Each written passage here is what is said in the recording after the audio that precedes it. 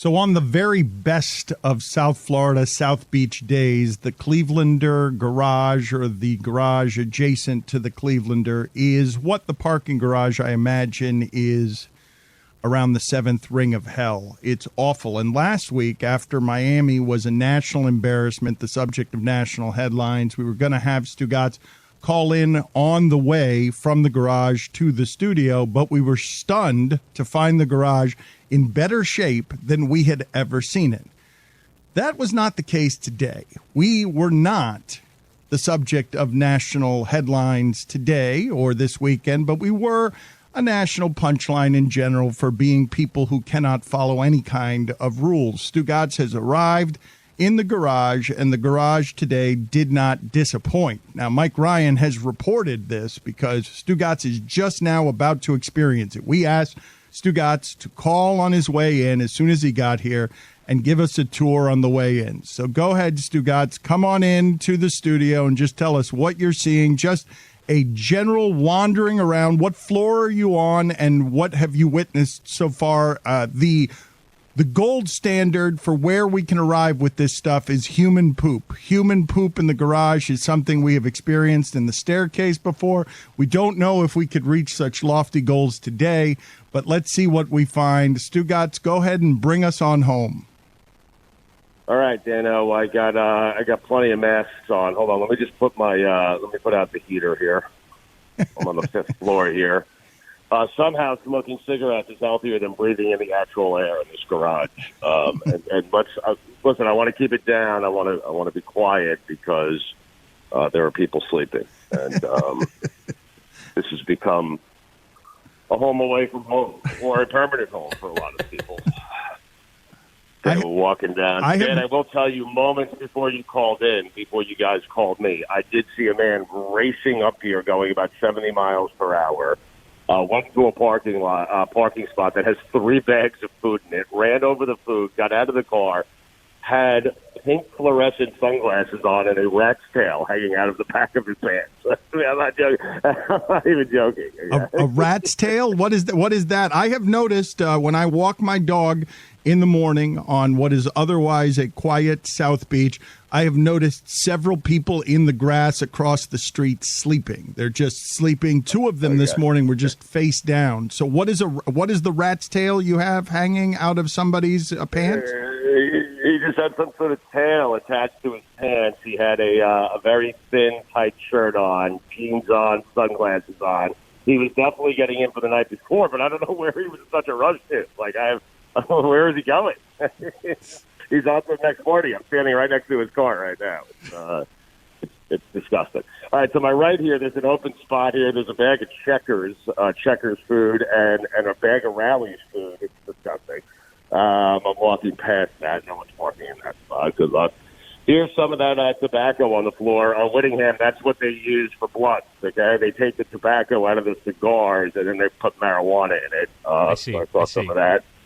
Okay, good. I am now approaching the 4th floor. That was all on the 5th floor. 4th floor. Oh, there are my birds. Little friends. The birds come in here. They have breakfast in here, Dan. I see these 2 birds every day. Occasionally, I throw them a little bread. I call them Rocky and Apollo. It's super cute. Let's see. To my right here, someone must have left this. I don't want to touch it. It looks like some sort of boombox speaker that you would find in your car. What is this? I don't know. Can I touch it?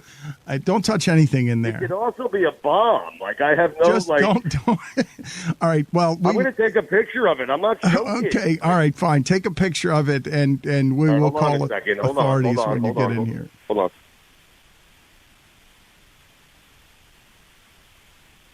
All right, I've taken the picture. I'll show you that when I get in. All right, so I am now walking down. Let's see, we're halfway. We are approaching the 3rd floor.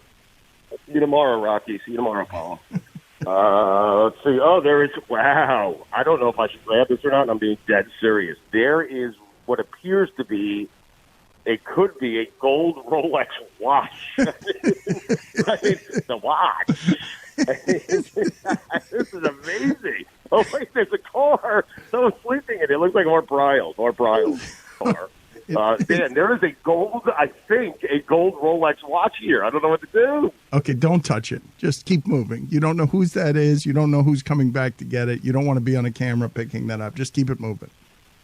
Okay, all right. I mean, legit. You want a picture of it? All right, yeah, take a picture of it and maybe kick it into a corner where you can hide it or something. Just kick it into a corner where, if indeed it comes in here and it can be appraised as a gold Rolex watch. Maybe it's part of the bomb.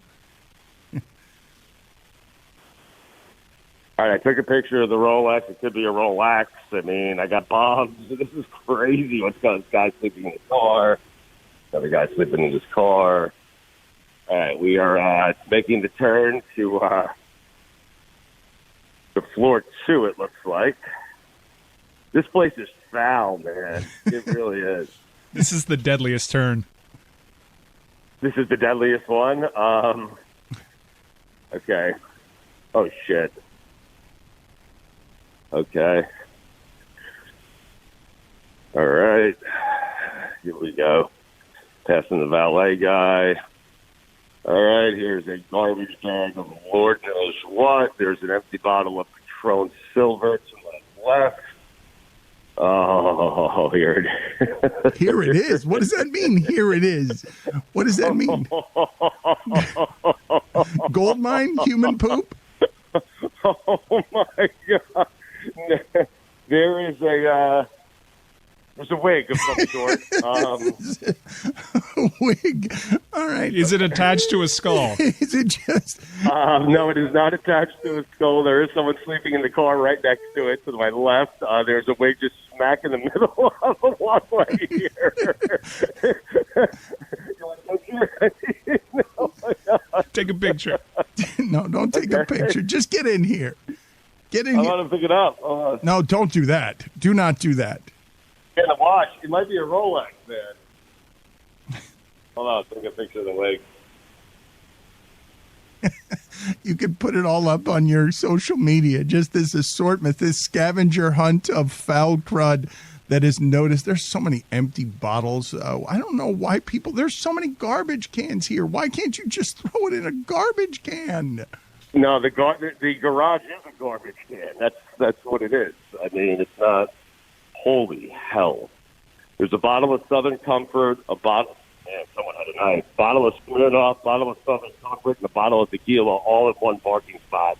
Subway bag. Oh, that's a hell of a night. Wow. Okay.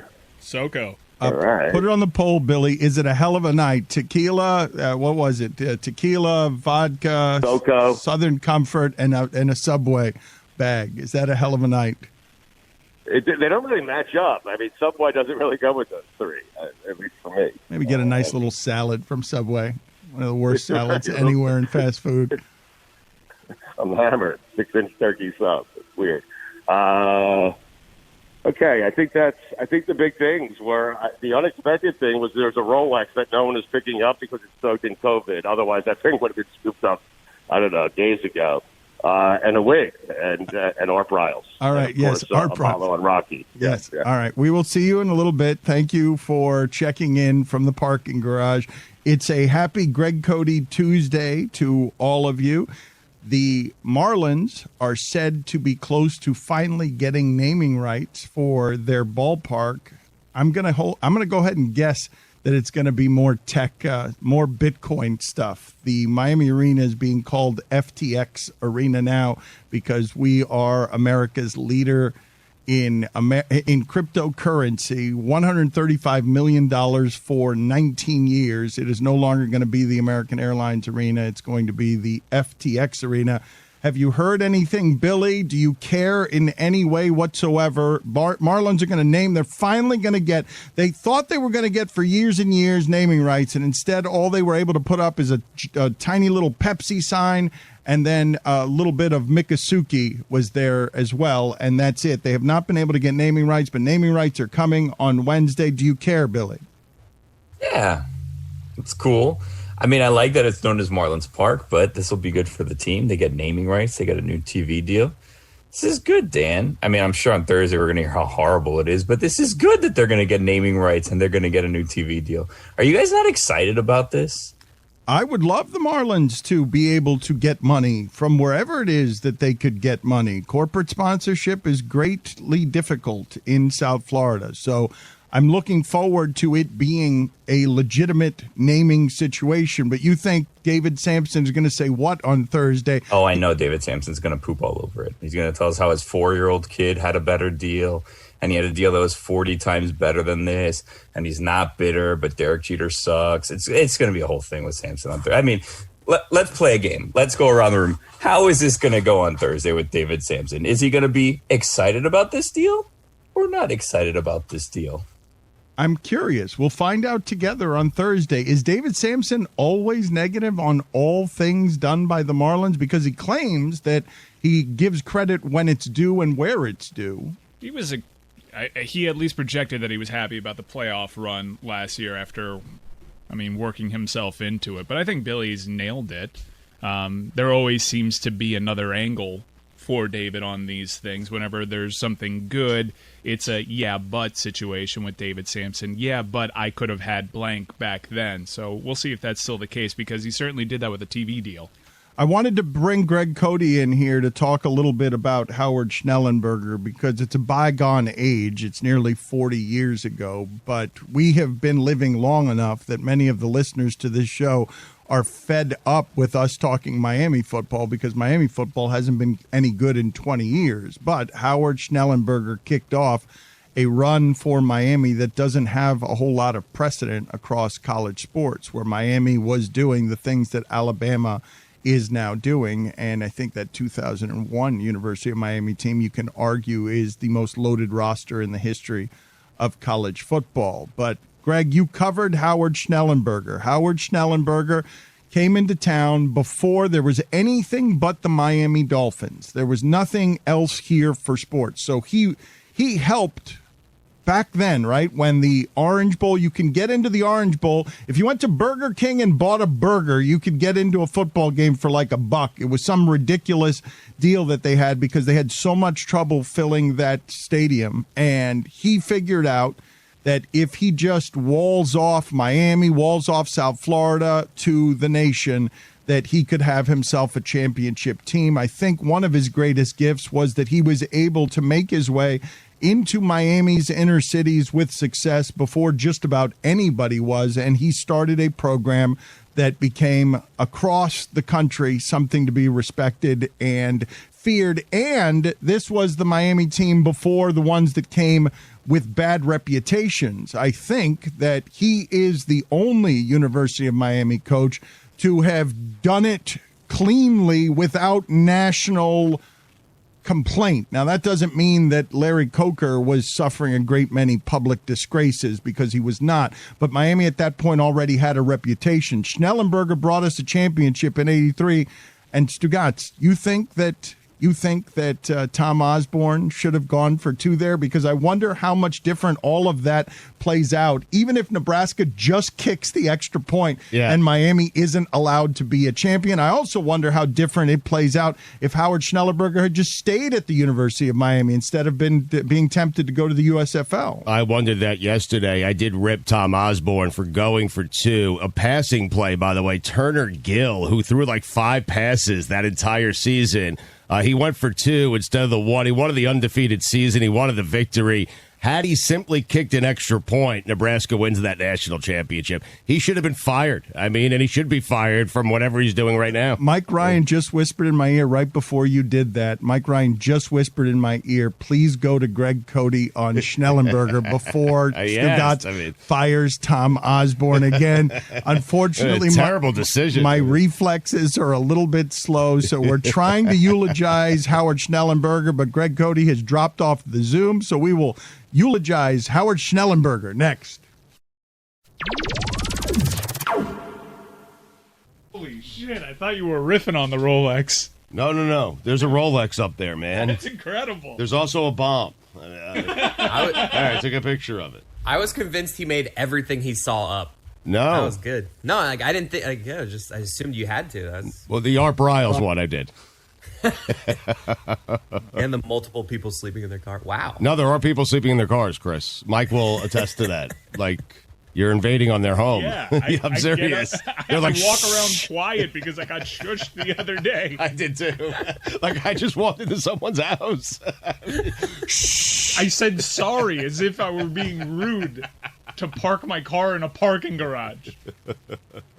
Greg, tell me what it is that you believe that Howard Schnellenberger's legacy will be in South Florida and in Miami.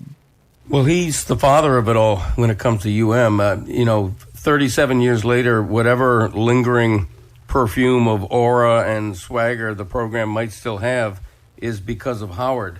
And I think he could have been Bobby Bowden down here. He could have stayed and been a part of at least a couple of more championships. And he's called leaving to go to the USFL team that never happened. He's called that the dumbest thing he ever did. And he's right, but he had humor about it.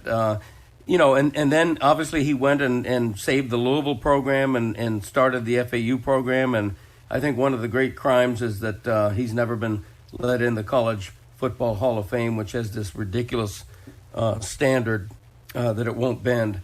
But I think he's been an architect down here. I think he stands with Shula and Riley in terms of stature when it comes to coaching and administration. Is there a fourth South Florida leader? I guess it would be Jimmy Johnson, right? A fourth South Florida sports leader where you say definitively this human being goes on the Mount Rushmore of great leaders South Florida has ever had across sports, echoing leader, icon leader, symbol, because I got to think you checked in, Greg, with your own mortality, given how much of your life you spent covering Howard Schnellenberger, given that he was out. Shula had a personality, but it was just sort of gruff. Schnellenberger had a little bit of Miami style, like he wandered around with that pipe. He had those jackets with the patches on the elbows. He was trying to give off style. He was always trying to get money, fundraising for the program.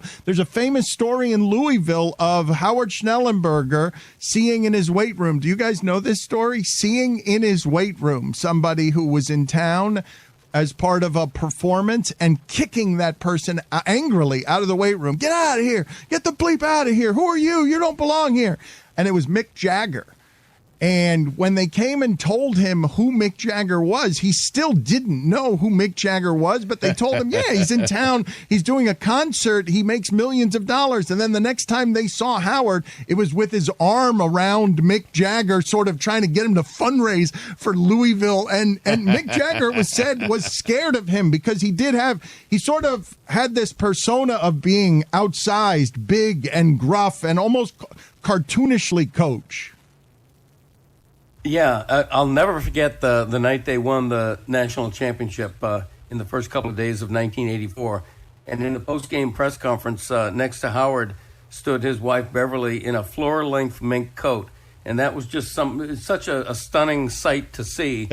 But Howard had panache. I mean, that rumbling basso profundo voice of his, he had a real aura to him. And it was magnetic, and as you referred to earlier, he recruited, he called it the state of Miami. He recruited South Florida, and he recruited speed, and that was a simple blueprint that others, notably Jimmy Johnson, followed to a T. And he really laid the blueprint, and a lot of people forget that in 1979, when he came to UM, the Board of Trustees had met a year earlier and talked about dissolving the entire football program, which was hemorrhaging money, had very little fan interest. And Howard literally saved football at Miami. And the morning he passed away on Saturday, the UM football program tweeted out, if not for Howard Schnellenberger, there is no Miami football. And it sounded like hyperbole, the kind of bon mot you say at a eulogy, but it rang true because I think he really did save Hurricanes football in a significant way. When you think back to his legacy and the impact he had, is it the thing you first think of in terms of changing the fortunes of that program? Is him recruiting South Florida, him dominating that area, the Miami area? Yes is the short answer, but the longer answer is what I think of when I think of Howard Schnellenberger. Again, you've got a pipe smoker. Give me all the other pipe smokers you have found throughout sports that you associate with this. Ron Washington. And so he's got this baritone, gravelly voice, and he was a combination of intimidating and charming. And what I thought to myself, Greg, because it's so easy to say now recruited speed and recruited Miami's inner cities, but I never thought that he was somebody who would fit in Miami's inner cities, and he would go into Miami's inner cities and he would mine Miami's inner cities before other people were doing that. Other coaches were not coming down here and doing that. And I always wondered how he fit there. And you've got part of your answer with his wife wearing the mink on the championship stage, because they had a swagger to them as a couple. They felt like Miami royalty. They walked into a room and they knew that everyone knew that they were walking into a room. That's a weird one to figure out, because he, in some ways, he was the antithesis of a football coach. I thought he sort of came off professorial, like a U.S. senator walking into a room. He had this stature. He was a very big man physically, and he just had an aura about him. And as you said, I think you alluded to Beverly, and I'd mentioned earlier she was wearing a mink coat, which was just stunning, because it had to be 98-degree humidity that night, and she's standing next to him in a mink coat. They just had a style. I don't know whether it was a Miami style or their own style, but they had a very much an individual style as a couple. They were a power couple before power couples were famous and down here. And I think that his legacy really does live on. I think his stature in the program just continues 40 years later. I was going to ask Greg, but I'm not certain of his connection and if he can hear me right now. What is keeping Howard out of the Hall of Fame? Because I am outraged by it, and I think this show should try to do something about it. Yeah, I've written 2 or 3 columns about that over the years, and in the last one, I even wrote, $5. Let's not make this a posthumous honor. Let's do it while he's alive, and that never happened. The Hall of Fame has a minimum standard for one-loss percentage, career one-loss percentage. And the reason that Howard doesn't meet that standard is that he built losers into winners. When you take over a losing UM program and a losing Louisville program and you start FAU from scratch, you're not going to win right away. You're going to have a few years of losing before you win. And so his career one-loss record took a hit. But he's the architect and the savior of football in a way on not 1 or 2, but 3 different campuses. And if that's not a Hall of Fame resume, I don't know what is. It's a real crime that the College Football Hall of Fame hasn't made its rules more malleable to allow somebody like Schnellenberger in. It's really a testament to all the success South Florida has had after that 83 championship in sports, because now you're putting guys like Dwayne and even possibly LeBron on that Mount Rushmore. But when you consider Schnellenberger was also part of the 72 Dolphins staff, and in college football history, he recruited Joe Namath to Alabama. This guy is a titan of the sport. Greg, is it malleable or malleable? That's a good question. I've always said malleable, but I may be wrong. I think it's malleable. It's malleable. Like I said. You know who else felt like winners this weekend? We had all winners around here, and I'm sure you guys covered some of this yesterday, but the Miami Heat trades, the Miami Dolphins trades. I mean, the Heat traded while losing 6 straight. Winners. Hey, winners of 1 in a row. And winners, of course, with the medicine of the Knicks. The Knicks made Pat Riley sob at his desk 20 years ago, but since then, they have been just something that makes the Miami Heat feel good at every turn. Julius Randle didn't do anything against Bam Adebayo last night and wouldn't do anything against Bam Adebayo if they played a million times against each other. Yeah, Bam was really sick last night, and Tyler Hero's playing real well since he didn't get traded. God, He is hitting open jumpers, although I am very frustrated with both Duncan Robinson and Trevor Ariza. Trevor Ariza, I'm expecting a loud noise every time he shoots. Every time he shoots, Clank. I'm just expecting a loud noise. I am not. It's like, I don't know if like how you guys react when lightning strikes, okay, where you're expecting lightning to strike again. I'm telling you, I now flinch when Ariza releases the basketball. Yeah, offensively, I think he's toast, but defensively, he brings something to the table. I think all of us had the same realization. Man, Trevor Ariza is really long. I hadn't seen him in a year and a half. I forgot. He looks extra long in this uniform. They've got a lot of perimeter defenders is what they've done, because Oladipo is excellent there as well. I'm curious how you... used to be. We don't know if he can tap back into that, but Oladipo at his height was one of the best perimeter defenders in the league. And to Trevor Ariza's credit, he absolutely shut down Damian Lillard up until it was Dame time, but offensively, I don't know what he has left. I don't know how to make an appraisal on Oladipo, because you just stopped me on defense. The scouts I was reading in the Miami Herald are saying he's still good at defense. I've told you before, I have a hard time measuring defense, so somebody's got to tell me when somebody is great at defense, because that's not something that I can do with my eyes. So Oladipo goes to Houston. He's been inefficient since the injury. He didn't look right in the playoffs against the Heat. He wasn't any kind of threat. Nobody was worried about him as they swept the Pacers in the playoffs, and he looked unathletic. I must confess, I did not watch while he was playing and losing 20 games in Houston, so I don't know if he looks more athletic now. Real reason to hope, because his last 12 games, particularly in Houston, have been more efficient. He's looked a little bit more dynamic. He's put up some really good point-scoring totals with the efficiency, which is what you like to see. Defensively, still not the same player. We're talking about a guy that was pretty much arguably the best perimeter defender in the NBA. He hasn't kicked it back up to that level. We're unsure if he can, but he cultured Dano. Mike, don't you worry he was doing that on a really bad Houston team? I actually think that was great for his career. Going to Houston, a team that is really not concerned with winning this year, to get himself back in a rhythm and lay the foundation for a move. He wasn't going to re-sign there, so it was, for whatever reason, there was not a lot of smoke around him around the deadline, except for Ashley Nicole Moss, who burst back onto the scene with a correct prediction after the Giannis Antetokounmpo thing, had to retreat all the way back to New York. That's the cocainiest fast delivery you've... Crazy. You nailed it. You hit so much information there, just sort of chatterboxing with your teeth. Yeah, and I nailed it, right? Not a slip. I mean, he did average 25.5 points per game his last 7 or 8 games. Look, I know how Heat culture talk goes, so I want to get out of the way quickly for you guys and throw a lot of information in little 3-second windows. Okay, do it as fast as you can. I think of him as an inefficient player post-injury. I think Oladipo has been. I think of him as somebody who, if he's your lead guy, you're going to lose 20 straight in Houston.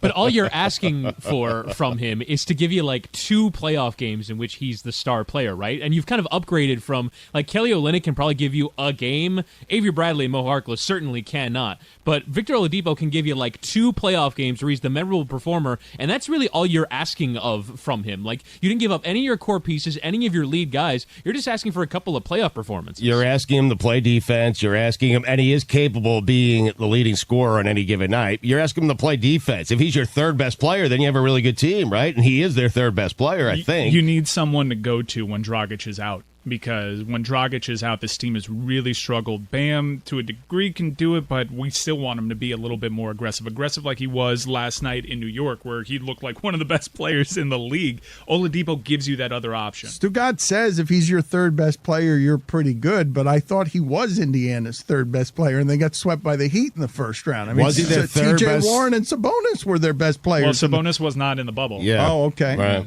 Okay. It was a big problem. But TJ Warren, you're finally coming around. I mean, proud of you. At that point, what we were seeing from Oladipo, I'm not even totally sure it's better than Miles Turner. What we were seeing because he just didn't look physically right. He didn't look like an athletic human being with a majestic singing voice. I don't know if a lot of people know that, but he is an excellent singer. Wasn't he on some singing television show? Oh, you have your expert in this Zoom. Some singing television. How dare you, sir? He was on The Masked Singer. Yeah. He was thingamajig. And you remember that he was on because we talked about him in the music dome. Don't even pretend with this nonsense.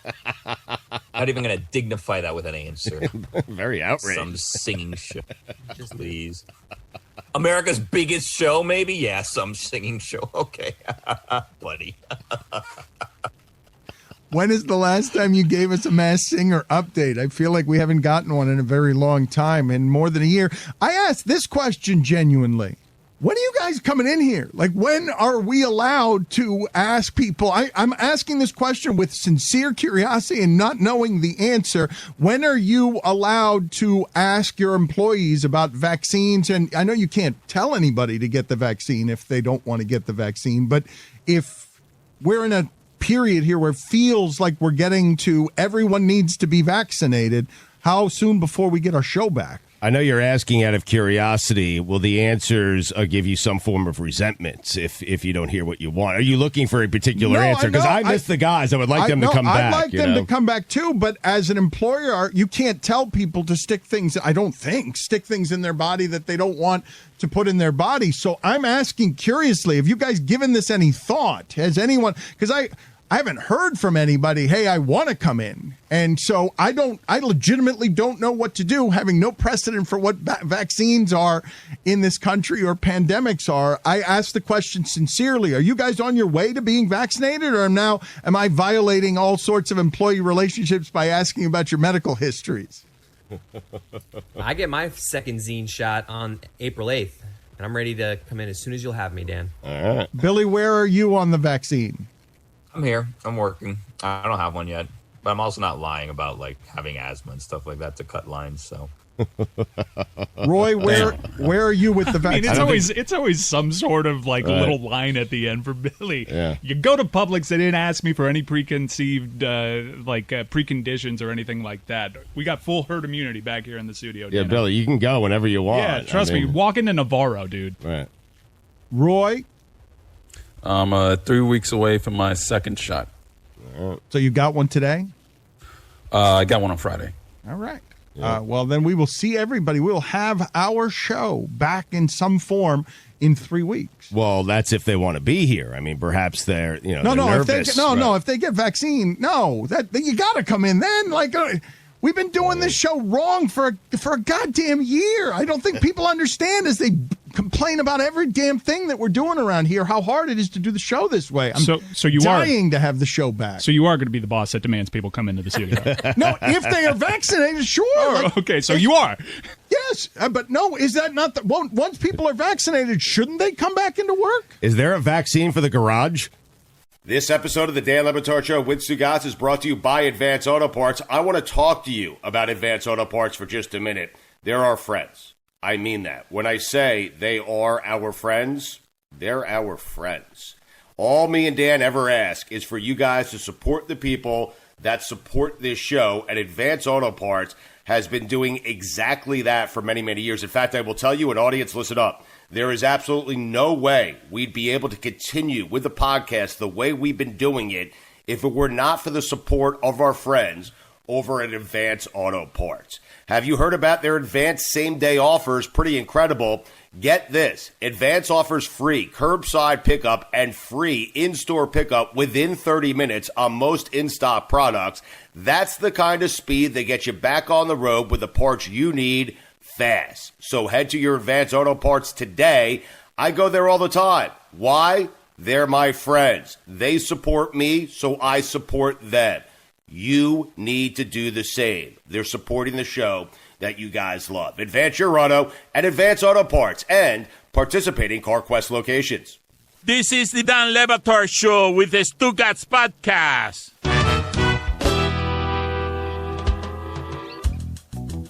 Stugotz, you ever take your golf cart anywhere? Like just to go to like quick trip to the store or something? Or is that not really something that happens No, I have. where you live? No, I've taken it to Publix. I've taken it to the park. But it's street legal, Bill. Yeah? There's people in my neighborhood. There's a lot of golf carts in my neighborhood, and it makes me want one. I don't really have any use for one. It's more like a status symbol. Like I've arrived because I have a golf cart. Like that's the reason I want to go. Just to let people know I'm Chris Cody. I've arrived. Just so people in my neighborhood are like, that guy's rich. He has a golf cart. That guy's living the life. Hello, Ron. Hey, how you doing, Roy? How's everything? Well, just hanging in there. Well, Ron, do you have Ron has a golf cart. Ron has a beautiful golf cart that takes him around that zoo. Yeah, actually, I now have a Segway, which is actually better. Really?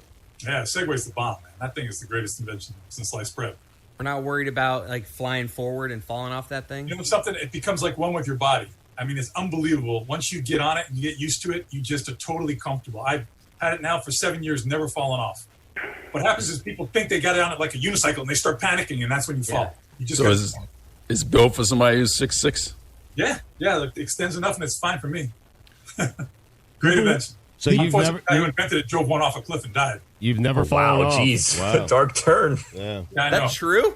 That is true. Yeah. Jesus, Ron, what By happened? accident or? We talked about that before, you know. I don't know. I don't know if it was by accident or not. Jeez. Shaq showed up yesterday, Ron? He just popped in, or? Yeah, he does it every now and then. Look at that. Is he your most famous friend? No, Dan Lebatard's my most favorite. People were surprised, Ron, that you held your own in terms of height because Shaq dwarfs so many people. You actually looked like two normal-sized human beings. And I got a lot of that. Even though his body size, I got to tell you, last time I saw him, I told him to his face, I go, Shaq, you're fat. You are super fat. Well, I don't know what he's been doing, but he is ripped now. That guy, I mean, his arms look like pylons. He looks like, The Rock. And he's got veins popping out of his arms, and he's totally lean and ripped. He's massive. He told me he's got some new supplement that he's taking, but whatever it is, it's working because he really is ripped. And he was fat before. I told him, I said, Jack, you need to be careful because at your size, you can't be fat, brother. You're just going to break down. And sure enough. You said that right to his face, Ron? Right to his face. You told Shaq he was fat and that he needed to get... It was more to his neck, but yeah, I did tell him right in front of him. He's very sensitive, though, isn't he? I mean... Not only did I tell him he was fat, but excuse my French, I said, you're a fat is what I told him to his face. Wow. What? Wow. What? I did. He has been Ron a good friend. McGill is with us here on the podcast. He is our only charitable endeavor around here. If you want to donate to Ron McGill's substantive endowment, you could do so by going where, Ron? How much money did we get out of strong-arming North Dakota by telling... Thousands. North Dakota just blew me away right after that podcast. And there's a North Dakota in Australia who said, I'm not going to have the name North Dakota badmouth me. He made a donation too. But I mean, they were the nicest people on the planet. They were so nice. Instead of saying, you know what, you're a jerk for calling us what you did, they didn't even call you a jerk for saying F North Dakota, Lebatard. They were so nice. They said, in honor of North Dakota, we're good people in North Dakota. And God bless it. You know what? They were right. I got so many donations. Anywhere from $5 to $250. I think it was one for $500. So it's pretty incredible that those people from North Dakota really came through. Way to go, North Dakota. There you go. Thank you, Dan. You were a little slow. You deserve to be ashamed, but you are indeed not people that I will say are cheap any longer and against the animals. I do think this is the way we need to do charity from now on, though, is just badger and bully people into giving money, strong-arm them feloniously. Roy, what do you have for Ron McGill? The bald eagle population has quadrupled over the past few years. What exactly has gone into the uptake in their population? Well, just protection. The Bald Eagle Act came through. They protected these birds. They took DDT out of the environment, which was killing these birds because their eggshells would not sustain the weight of the egg when it was brooding the eggs. It broke the eggs. Why are you laughing? No, because Greg Cody's coughing in the middle of you talking. Because he's Greg Cody. He's just been doing bad things to the show. I'm sorry to have stopped you. Yeah. You're not. Go ahead, Ron. I'm sorry to have interrupted. The bald eagle. Now, listen. I just rescued a bald eagle chick where the nest was blown down here in South Miami, in the middle of a big, very exclusive neighborhood. They made a nest, Unfortunately, the wind blew the nest down. A chick fell, but we rescued that chick, and hopefully I'll be able to release it back into the wild. Just had surgery yesterday. Was in surgery with the bald eagle yesterday to repair the wing. Hopefully it'll recover. We'll release it back into the wild. But if we don't, I'm going to have it as an ambassador animal, an animal that I can take to schools and take to people, so you can look at a bald eagle eye to eye. Because let me tell you something: when you make that connection, when you look at a magnificent animal like that eye to eye, you will you'll fall in love with it. You'll become impassioned by it, and you'll become empowered by it. And that's what we need to do. We need to connect more people to wildlife. Do you see a lot of bald eagles down here in South Florida? Well, I do. Yes, we do. We have one here at the zoo that comes in. Sometimes it takes like our $300, $400, $500 koi out of the pond, and I can tell, the director kind of goes, "Oh God, it hurts." But listen, I love it. I think this is beautiful. It's coming from some expensive sushi here at Zoo Miami. Billy, what do you have for Ron McGill? Ron, Godzilla versus Kong comes out tomorrow. Yes. Who would win in a fight, Godzilla or King Kong? Well, now I'm going to have to go with Godzilla only because Godzilla's got the flame throwing capability. Okay. Kong only has his strength. Godzilla can be back a distance. He doesn't need strength. He can just torch the poor gorilla. Okay. So, now if it's going to be a big lizard that cannot fire flame out of his mouth, Kong's got it all the way. But here we got Godzilla that, and all the freaking flame comes out. It's over. I mean, the gorilla doesn't have a chance, guys. Do you have a favorite among the animals? Do you have a favorite where you prefer one of the animal superheroes more than the others? I mean, I've always loved Kong. I love Kong because he was misunderstood. Kong had compassion. He had empathy. He was protective. Superhero. He had love. He loved her. Okay, and that's special. I don't like these superheroes that are not gullible. They don't have a soft spot in them. Kong has a soft spot, and it was good and reflective of what gorillas really are. They're gentle giants. They're not the malicious monsters people make them out to be. And that was the doom of Kong, right? Because people misunderstood Kong. Just misunderstood. We don't want that to happen to real gorillas. So hopefully people will learn to listen from Kong and say, listen, he's just a gentle giant.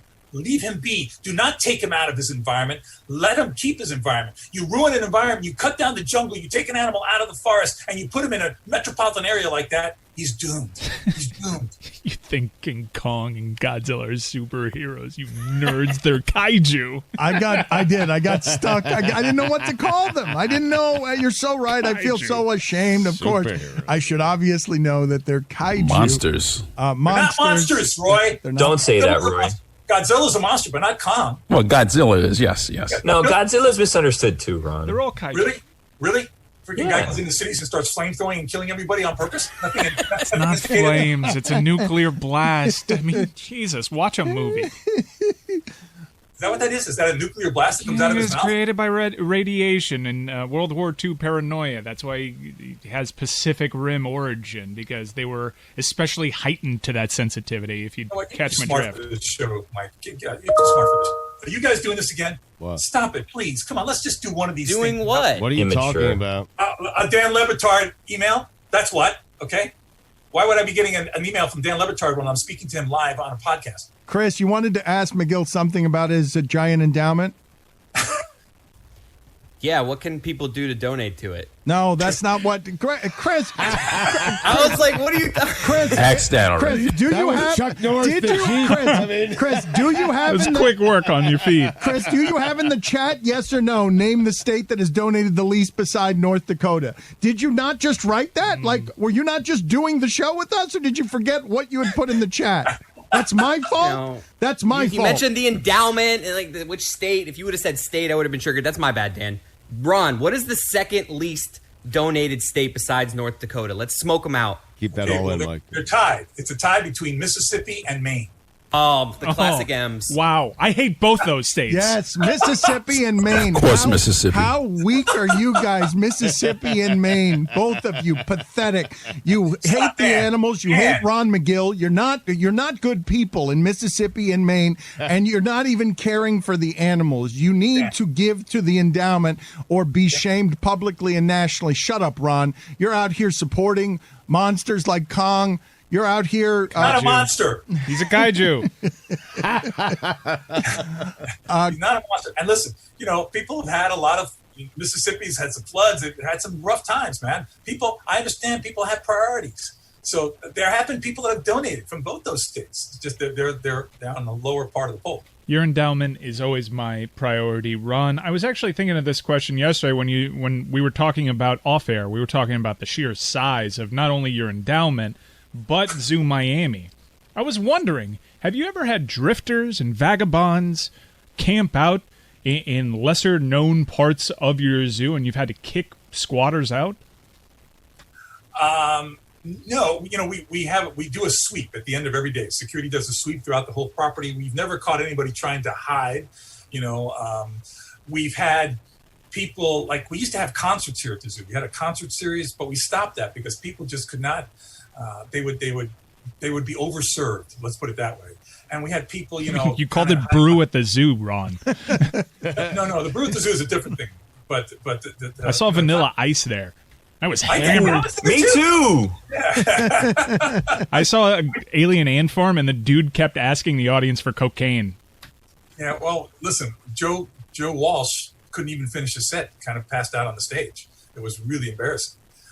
That was before he went and got rehabbed, got fixed up to do the Eagles the right way. But no, we've had some oldies too. We've had like Doc Severinsen. We had Richard Marx. We had American Three Dog Night. That was a great concert. Richard Marx. Can we stop for a second? Did you just say that Joe Walsh passed out on stage and couldn't finish a concert that had how many people at it? Are you familiar with Joe Walsh's work? I didn't realize Joe Walsh clean looks like that could happen. I didn't realize though that this had happened at Zoo Miami. We've started with Shaq and we're ending with a fall down broken Joe Walsh. He didn't fall down, but he was like swaying back and forth, and we couldn't understand the words that he was saying, and he just really couldn't finish the set. He just kind of all of a sudden on stage said something like "F it, I'm out of here," and he just didn't finish. It was a disaster. What was the most memorable concert at the zoo? I'd say that one. That was pretty memorable. You know what? The most memorable concert was our first one, which was Steppenwolf, and that was those guys. It's so good. It's so good. Billy, look at the smile on Billy's face. Get your motor running. I had that on vinyl, we man. just went through Steppenwolf, and Billy's excited. I saw Vanilla Ice. Billy, tell me about that night before we go to Greg Cody. Oh, he sang the Ninja Turtles song, Dan. It was the best. Remember the Ninja Turtles song? Better than Ice Ice Baby, some would say. That's me. I'm the sum. How many people were there? Oh, it was a brew at the zoo, so there was a lot of people. Was it? So it was the brew and not the vanilla. It wasn't Vanilla Ice that brought them. Vanilla there. Ice was the musical guest. The other guy we had the musical guest at the zoo. Once we had what's his name, Uncle Luke, and the guy who did the dead fly in Animal House. That guy. He was hilarious. He was great. That guy went. You want to shout? The Isley brothers. You had Ron Isley. That was not Ron Isley. No. He's the guy. I don't know what his name is now. You know who he was. You guys know. Otis Day? Otis Day. Yes, Otis Day. Otis Day, yes. Do you mind if I dance with your dates? That was not Otis Day. Otis Day, guys. Really, Stugotz? You decided to do the impersonation of the black man. That was the choice you decided to make there. That was just reciting a line from a movie. Greg, you could have just recited the line without going into character that way. I didn't know I did. Were Uncle Luke and Otis Day performing together, or these were separate things? There. Uncle Luke was performing with him. He was kind of like the MC with this guy. It was fantastic. Animal House was a huge movie when I was in college, and to see this guy and he still had it, man. He was still screaming, "Yeah, you make me want to shout!" He was good. They were good. This reminiscing through Steppenwolf, like we have gone through some old-timey radio here, some old-timey music. Greg Cody has been smiling the entire time. Finally, we have found the Greg Cody wheelhouse in today's show. Greg, what do you have for Ron McGill? Hey, Ron. Yeah, you had me at Steppenwolf, by the way. That's a hell of a first act. No one doubted that. Well, what can I tell you? Hey, Ron, I don't know if you've heard about this upscale Chinese hotel that's under fire from animal rights groups for having a polar bear enclosure. I'm wondering if what you think about that, and aren't there regulations that prevent independent businesses from having polar bears, for example? There are regulations. Unfortunately, I don't think that place is in this country. I did see it. I find it absolutely despicable. That won't last long. That polar bear will not do well in that environment, of course. And, unfortunately, a lot of other countries, especially on the Asian side of the world, they don't have the type of animal protection laws that we have here.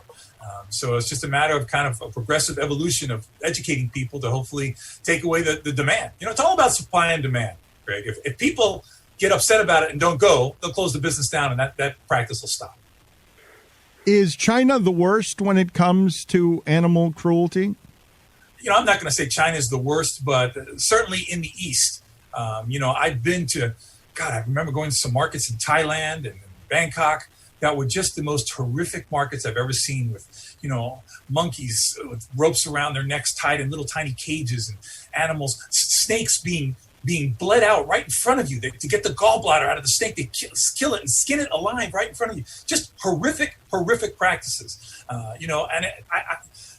That started to change. And let me tell you something, not to get on a real serious subject, but all these pandemics, whether it be anything from AIDS to COVID-19, these things all can be traced back to animals that have been taken out into their environment, put into these types of markets, cross-contaminated with people. This is nature's revenge, guys. I don't want to sound like some extremist, because I think extremism in any form is dangerous. But when you start screwing around with the forest, when you start cutting down those homes, and you start bringing these animals out, you're opening Pandora's box, because you're opening something, you're exposing us to viruses, to different types of illnesses that have been contained, protected by the forest. Now you've removed our protection, and now you're exposing us to this. People need to understand this, man. Again, I'm not an alarmist. I'm not an extremist, but I'm a realist.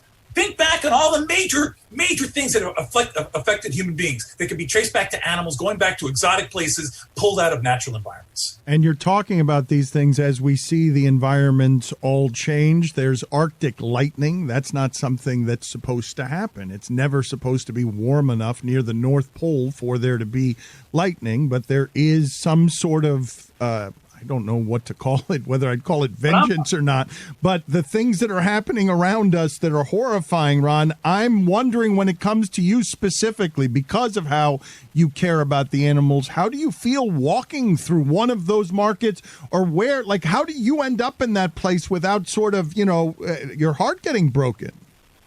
My heart gets broken. I have cried on many occasions going through there, but I've also photographed it so I can show people, because, sometimes people, out of sight, out of mind.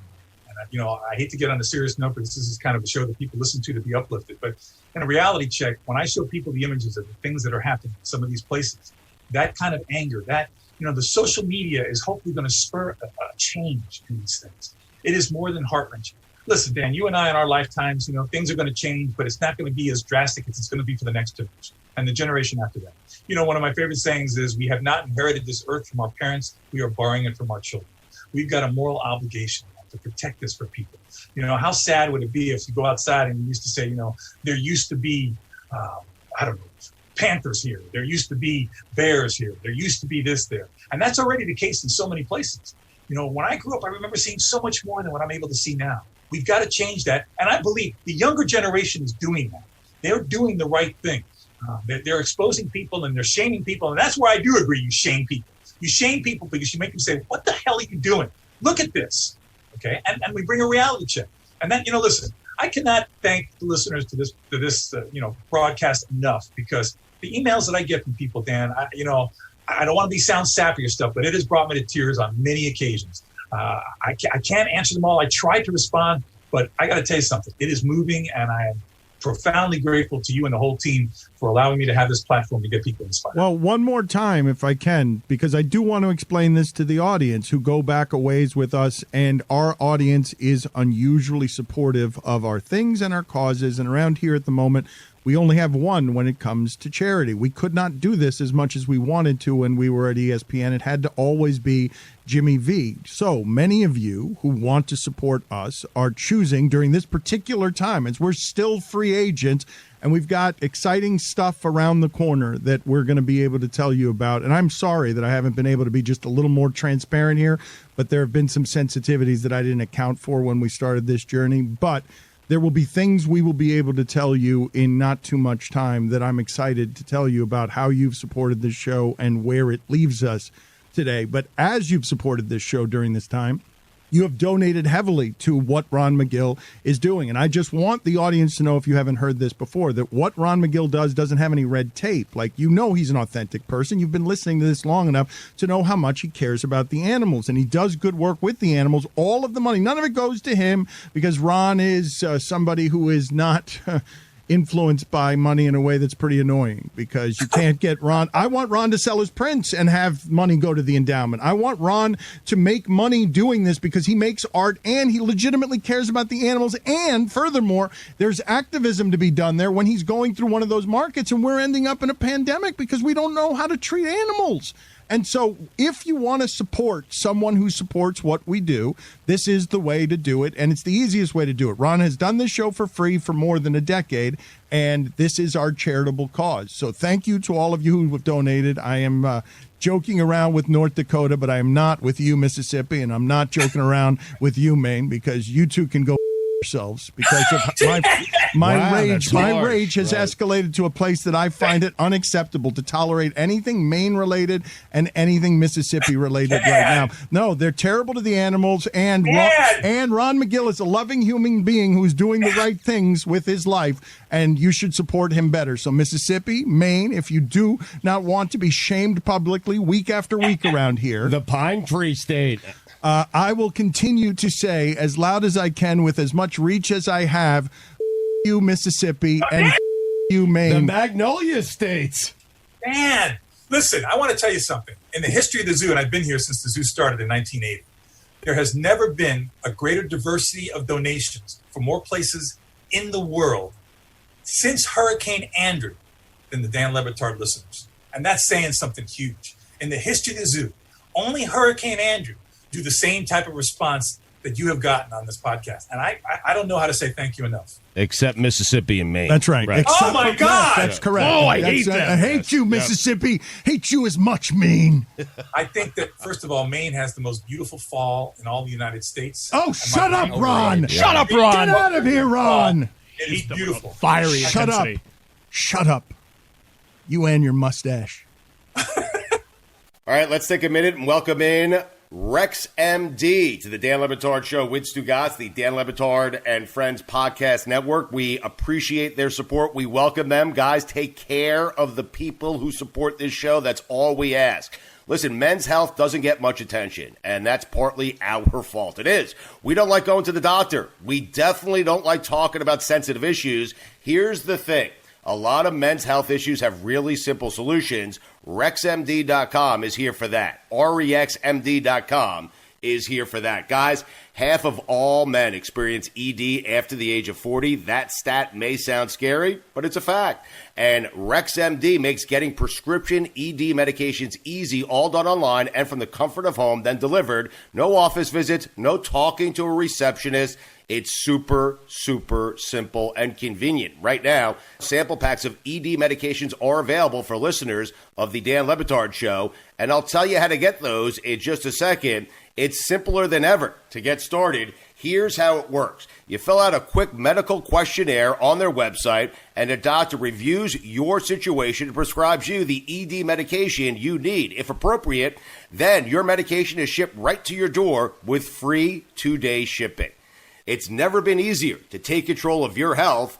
Those sample pack prescriptions I mentioned are available at rexm-d.com/Dan. So go to Rex, REXMD.com/Dan to get started with RexMD. rexm-d.com/Dan. Played the most dangerous game yesterday. Shopping on Amazon.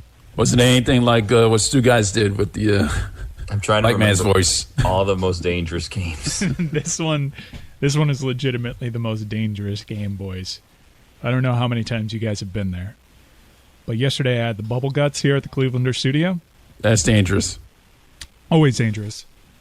And so I went to the bathroom that's adjacent to the studio, plopped down, comes out, which is always a big achievement for me, given my intestinal history. Reach down to get some TP. Oh, boy. No TP. Oh, no. No TP in that bathroom. They do have the roll of paper towels now, but that's like Thank God they did. Rubbing sandpaper. Because given what you know about my intestines, consistency varies from time to time. This was not one of those solid ones. And sheer panic. Sheer panic. Oh, it's terrifying, yeah. Sheer panic overcomes me yesterday as I realized that not only do I need some TP, but I very clearly need a wash. Like, it's one of those. So I reach down, nothing there. I panic, sweating. And then I remember there's that roll of paper towels that is like sandpaper on that sink across the way, but I'm in the stall. Somehow it's coffee stains. I don't know how that happened. happened. Know how that happened. Well, it may not even be coffee stains after I get done with this. So I get up. There's no way to, because I didn't plan on this situation occurring. There's nothing in the stall that I can wipe with. So I have to get up, unlock the door, hope to God no one else is in there or no one else bursts in as I dart to the sink, take the entire roll with me, and I take it back to the stall. Was there a fear of like crab? Because there's another bathroom on this floor, but nobody uses it. So was there like a thought to crab walk to that bathroom? No. I was crab walking, thankfully, just to the sink, and the consistency of everything was just bad. It was like the Avengers assembling of unfortunate events, and luckily this roll of paper towels was there for me. Dropped it into the sink, which has an automatic sensor, and so the entire roll got wet because it's just this giant thing, and I was doing everything very quickly. But thankfully I waddled back in here, fresh as a daisy, unbeknownst to anyone else, and I didn't have stains. However, it had me thinking, what would I have done had that roll of paper towels not been on the sink just outside the stall? I mean, you could have called me. I could have like run downstairs and gotten some toilet paper. It had run through my mind. I was already like, how am I gonna? Because it's an automatic faucet, so I'm like, do I have to turn my ass up and wave my hand underneath it? Turn the sink into a bidet? Splash it up? This was the first thought before. Oh, I could just call Whitty, who was busy. But you were busy. But I also had a great deal of shame about it. And I didn't want... It's not your fault there's no TP in the bathroom. I didn't want to call you and be like, hey, can you do me a favor? I'm very vulnerable here. The more likely scenario I had painted in my mind was me lifting my bare ass to an automatic sink and flushing it out. But yeah... I'm really okay. Like, it's okay that you have to take a shit during work sometimes. Yeah. Chris, what would you... if you found yourself in that situation, what would you have done? I would have done what you did. Lift your ass to the sink? You wouldn't have thought to call? No. I would. Like, that's just... You don't want to involve somebody else in something like that. Yeah. You just need to handle it on yourself. Yeah, I don't want them to walk in and then they're going to make a comment like, whoa, what happened here? No, I mean, I walk in, I leave it on the sink, and then I leave. It's that simple. That would have been me at my most vulnerable, and you've seen me quite a bit at my most vulnerable, but never like that. Do I need to start bringing? I'm a regular user of dude wipes. Do I need to start bringing those to work? Wasn't there like a lawsuit involving dude wipes? I saw like, if you've used dude wipes, please call this number. Oh, is it like a mesothelioma I thing? love dude wipes. I was about to say I love mesothelioma, but dude wipes is an incredible invention.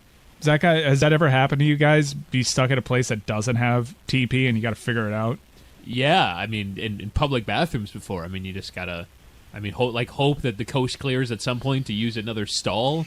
But it's terrifying. Oof. No, I've never had that happen. I was, because it's locked. The thing is locked there, so my hand is just like, oh my god, like, please be some TP. Is there a thimble full of TP there? Come on, Jesus Christ, no. That's what I think. I think the worst that's ever happened to me is I had like one square of toilet paper, and I was just like, I got to make this work. Just impossible. There's no way. You did not make one square of toilet paper work. This story is just not true. No, I mean, You're not MacGyver of saying shitting. Successfully. I'm not saying I did it successfully. I'm saying I think the biggest conundrum I've ever been in is having very little toilet paper. Walk me through what you do with one square. Yeah, what would you do with one square? You fold it up. You fold it up so you can But what have do you multiple grab? layers. But what do you folding. grab? Like, do you grab it with like your middle finger and your thumb, like kind of like you were barely trying to hold on to a hair? You know? Were you going just like corners on the paper and then folding it a little bit at a time? You accept that the hands at this point, you're going to have to wash your hands. I don't think this happens. I'm telling you, it did. By the way, Dude Wipes were sued not for any problem with the product, but there was a county who basically said it was clogging their plumbing system. Oh, that makes sense. That they weren't actually flushable. Did it? Wait, did they say they were flushable? Yeah, because there's a flushable wipe. What I love from Dude Wipes is the shower in a bag. Because I've used that after soccer sometimes. I'm out now. I had like 3 samples that they sent to the radio station back in 790, and they held over so well.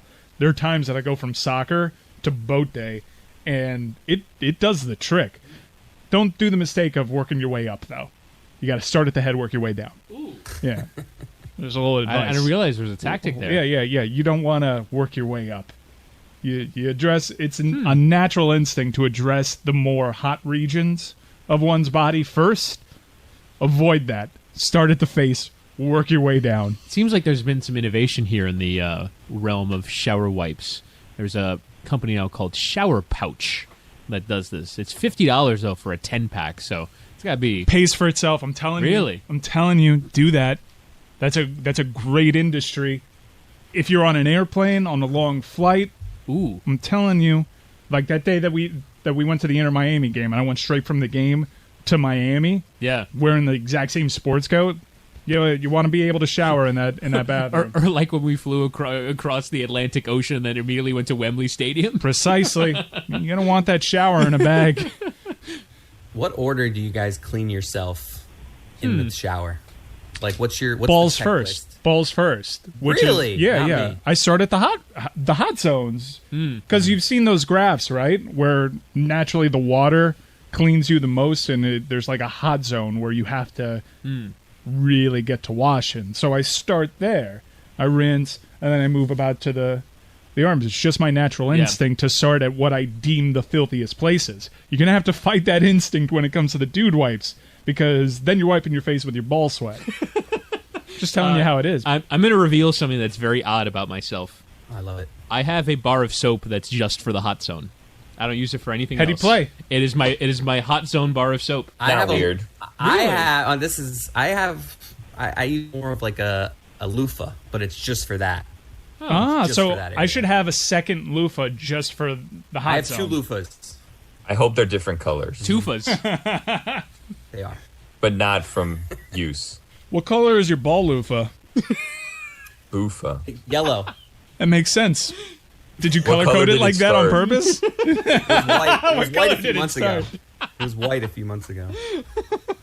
No, I honestly changed the ball loofah gets switched out like every couple weeks.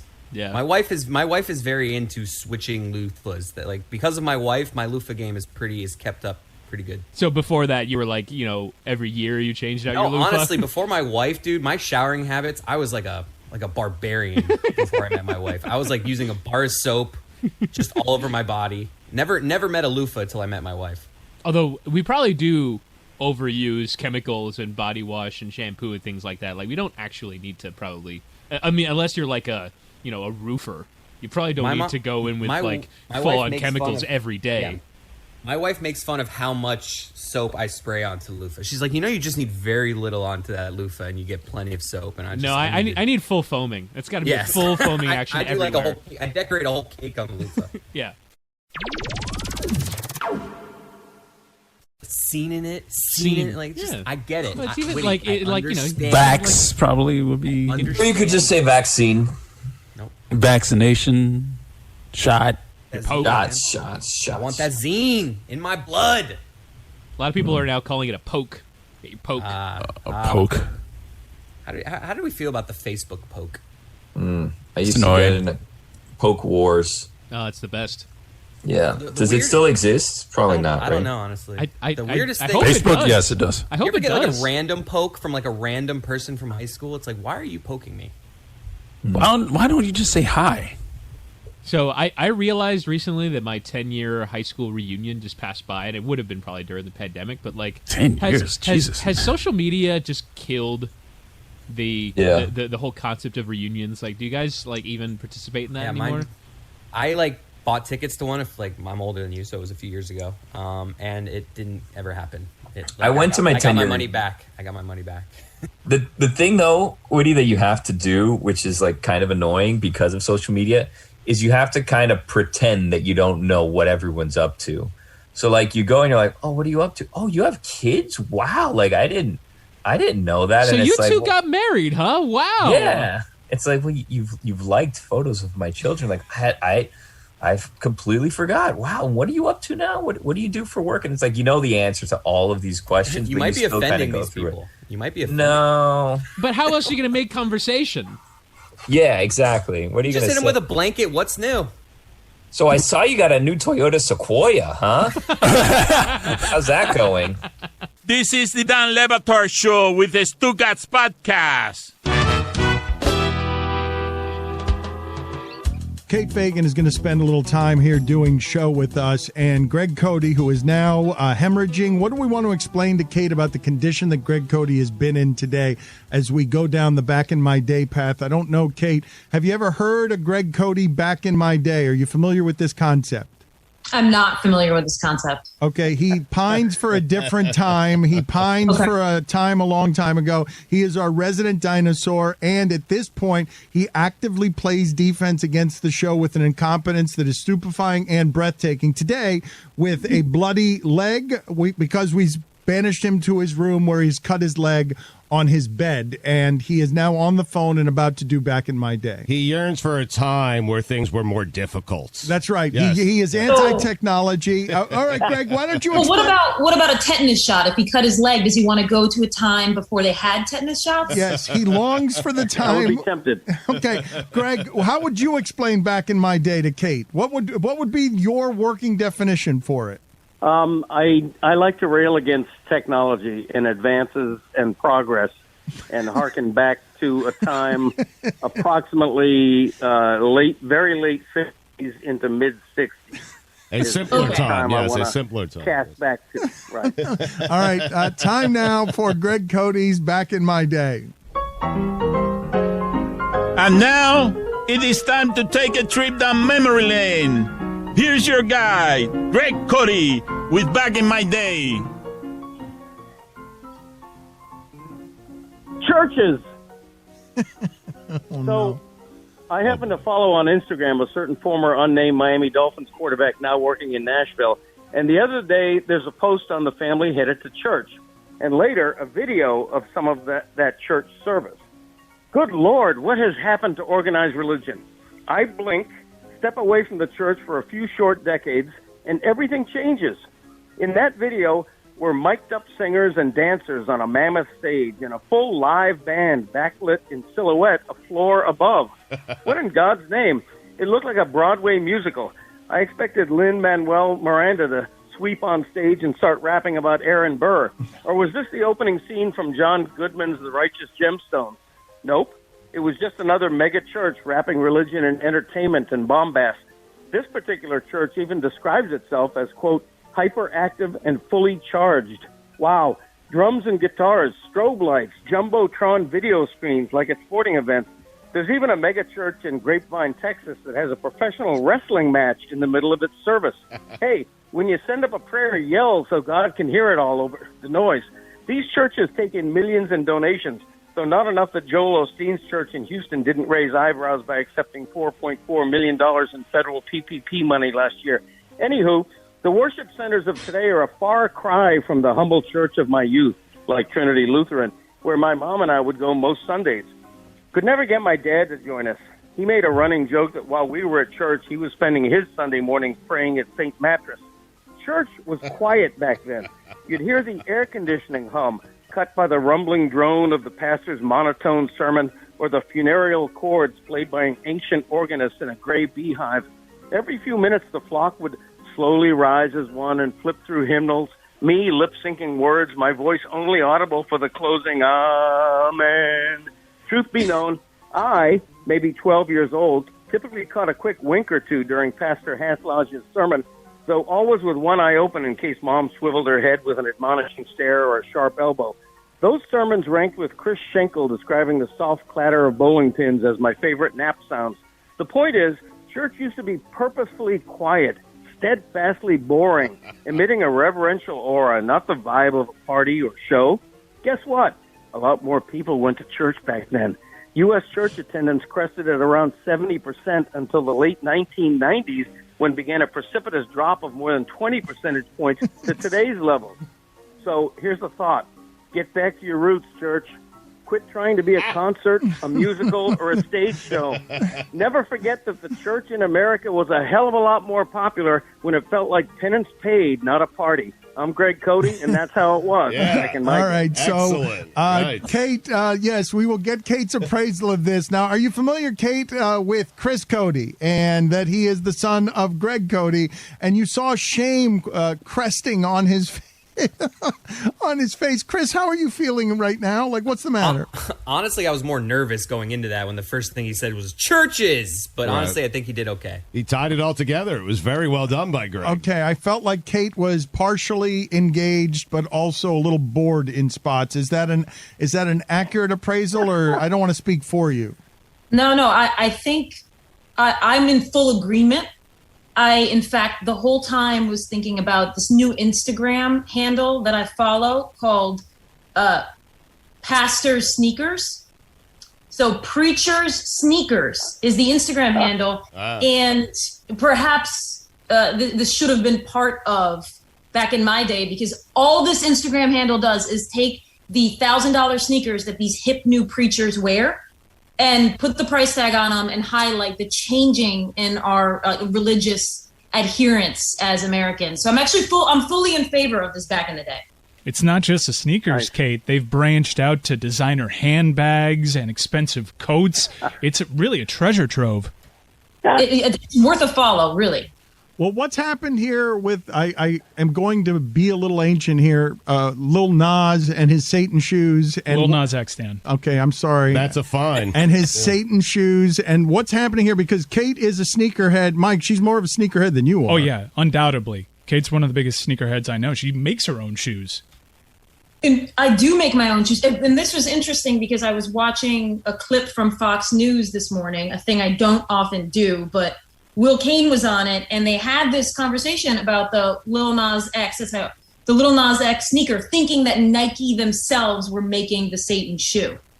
And they completely missed the fact that actually people who take Nikes and then design them had made the Satan shoe. And that's actually what I do, is I take Nikes and I break them down and then I build them back up. So I could have made something like this Satan shoe. Cody has owned 3 pairs of shoes his entire life. 3 pairs of shoes is what Greg Cody has had. Nike's actually suing this shoe boutique, Mischief, that did this collaboration with Lil Nas X because of things that Kate just outlined. Fox and Friends is leading with Nike is the devil.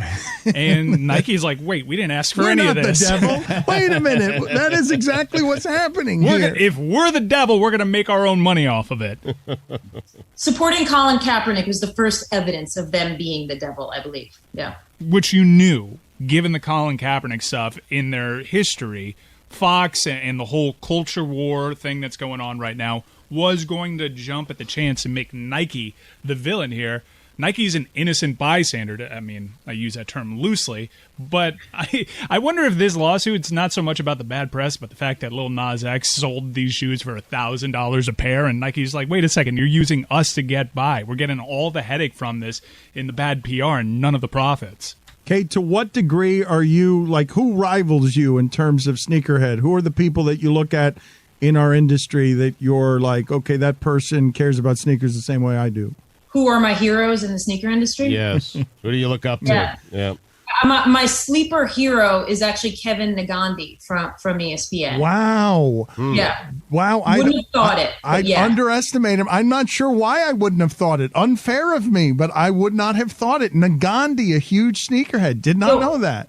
Another one, this is going to surprise you, Don Van Natta. No. Get out of here. No. Kate, get out of here. No, that Don can't Van be Natta, true. No. bring in the heat. I mean, DVN? No, really? put it on the poll, Guillermo. Are you stunned that Don Van Natta, Pulitzer Prize winner Don Van Natta, is one of America's foremost sneakerheads? Don will be thrilled because he shows up with heat to outside the lines back in the day. Not a thing that I say often. So. That's stunning. It really is. Who's the most overrated shoe person at ESPN? Does anybody have any input on this one? This is a tough one to call out. I got nothing for you, kid. I don't have anything for you either. It's an Oh, impossible. you don't. You have nothing. It's an impossible question to answer Well, because you're either in the If we game or want to you're broaden not. it out, then Shannon Sharp is the most overrated. Whoa. Okay. And mostly I'm just calling this out because he thinks he's the number one. So once he's set that standard, he absolutely has to be overrated. Well, what are your credentials? Can you explain it to the people who don't understand? Yeah, so the credentials are, in my mind, are how many pairs of sneakers you have, not just that are like expensive, but that are hard to get. So I have a couple of pairs of sneakers from Oregon, sneakers that Oregon only gets directly from Nike for like their volleyball team. So this to me, these are the indie hits that I have, these special collaborations, Right. like the Lil Nas X one, but I don't have those. How does one go about getting those Oregon sneakers? Like, One puts in a lot of work and befriends people in the Oregon administration and the Oregon athletic department. Right. And then one might screenshot a release and send it to someone within that administration and say, these are really hot, ... Eddie Yeah. Clay. Yeah, if you have to ask, you can't afford it. Yeah. What is the most treasured item in your collection? What is your greatest of the indie hits, or is it something more mainstream? My most treasured item is a pair of custom 1-of-1 Jordans from a boutique in New Zealand that were made specially for my wedding. So, yeah. That's pretty good. Emotional. Greg Cody's got something here. Why were you leaning into the Zoom, Greg? You wanted to comment here? Say it. Yeah, whatever happened to $4 Keds? I did it back in my day that Kate would absolutely hate on making fun of sneakerheads. Do you have that? Do you have it in your computer somewhere? Can you find it and then do that one right in Kate's face? Do you think you can find it? No, I dispose of all these when they're done. It was fairly recent. Didn't I do it like 2 months ago or something? We can try to find the audio so you don't have Are to. these your $4 church kids? Those are those? Yeah. Damn it, Tom McCann's. Let's see if we can find this. There was actually something I wanted to ask Kate about because we were playing the sound from Kim Mulkey earlier. The Baylor University coach, Stugotz, was telling you that he enjoyed last night. He watched the women's game more than he watched the men's game. He was also saying something, Kate, that I don't know to necessarily be true. He is saying that the women shooters are better than the men shooters. I don't know enough to know. I'm not saying it's not true. I'm just saying that I haven't watched women's basketball like that where I would say that the women are shooting better than the men. Well, Kate, I left a men's game in which one of the teams had 17 points at the half and flipped over to the women's game, which was really, really entertaining. And Paige Beckers is taking step-back threes, and that game, aesthetically, to me, was more pleasing than the men's game. Well, I think that game in particular was more pleasing, but those two teams probably should have been in the finals, or it should have at least been a Final Four game. So I would agree that game was superior than a lot of the men's games we watch, but I don't know that I think that the women are better shooters overall.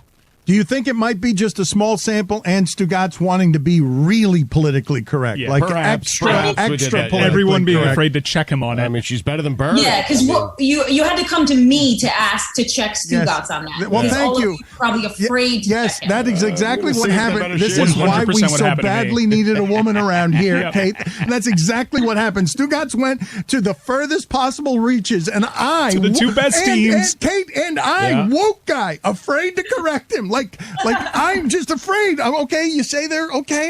That doesn't sound like. Are we including Steph Curry? I mean, Dan still thought they were playing halves and not That's quarters. true. Fair enough. He did checkmate me there when I corrected him on third quarter. But here's Kim Mulkey yesterday. Maximum Kim Mulkey. Let's hear her. I don't think my words will matter, but after the games today and tomorrow, there's 4 teams left, I think, on the men's side and the women's side. They need to dump the COVID testing.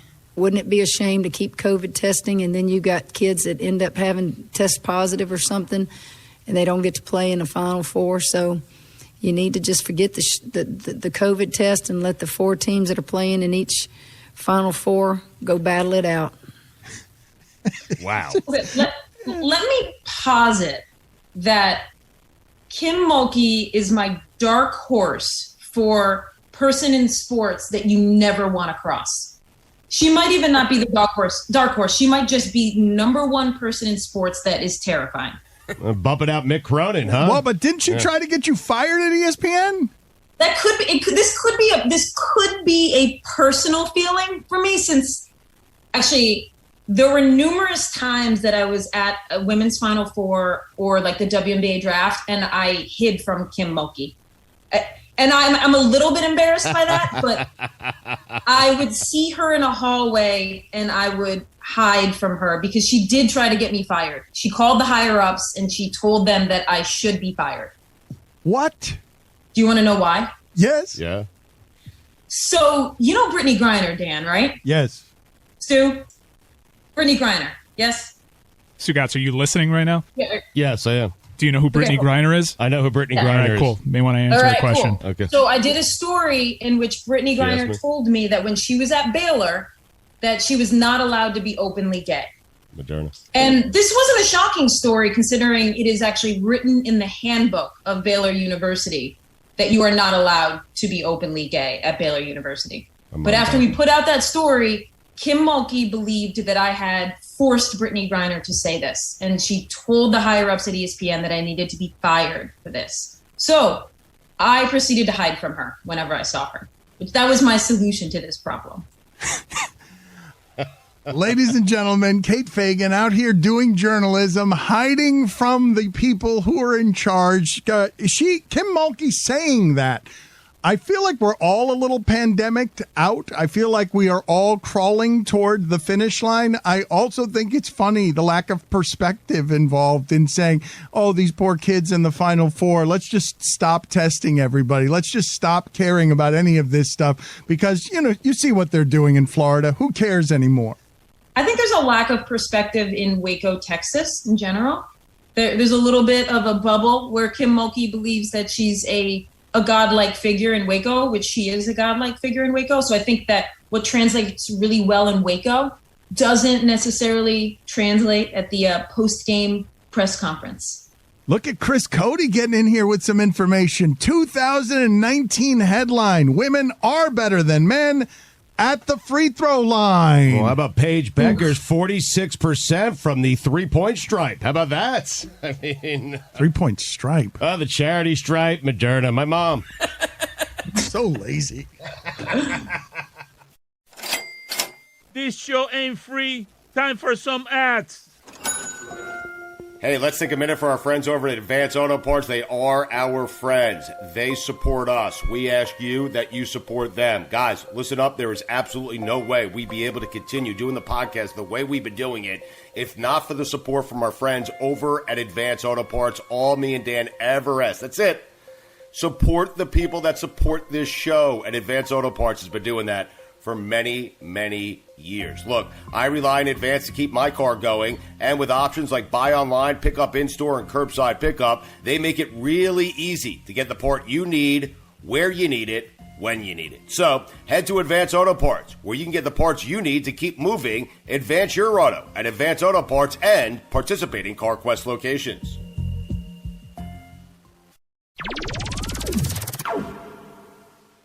So, Chris, give me the stats. Over 30-year period, the women shoot a 3% higher from the free throw line. Yeah. I'm not finding anything from three. I mean, you were kind of talking. I felt like you were talking about from three. Man, nothing brings the crowds in like some good free throw shooting. Yeah. Well, was a great game, though. It was just anything I could find to help you, Stugotz. I was just looking for any stat. That was... Well, I didn't need help until Kate came on. I was doing just fine. Mike and Dan weren't checking on me.